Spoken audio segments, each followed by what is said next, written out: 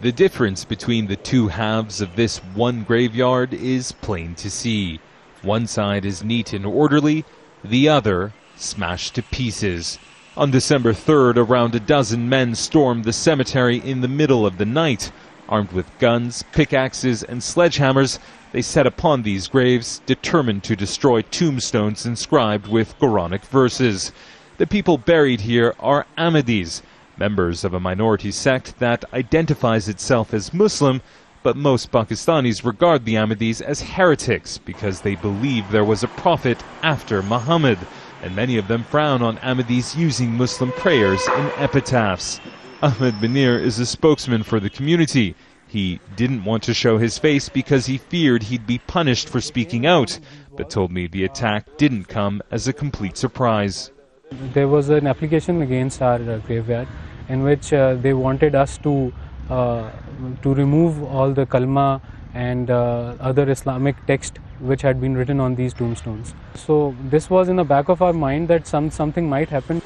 The discrimination faced by Ahmadis is perhaps unsurprising because in many ways it's mandated by the state. In 1974, Pakistan's first elected Prime Minister, Zulfikar Ali Bhutto, introduced a constitutional amendment which declared Ahmadis non-Muslims.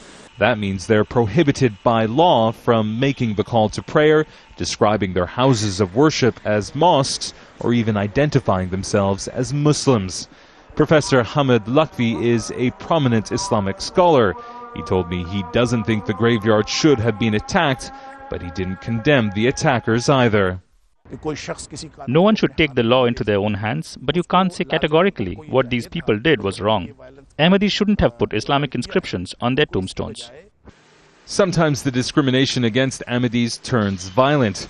In 2010, the Taliban attacked 2 Ahmadi mosques in Lahore and killed 93 people. But there was limited public outcry, and the normally outspoken media were noticeably restrained in their coverage. Police are investigating the graveyard attack, but very few believe they'll ever arrest those responsible, or that attacks against this community will end anytime soon. Imtiaz Tayyab, Al Jazeera, Lahore.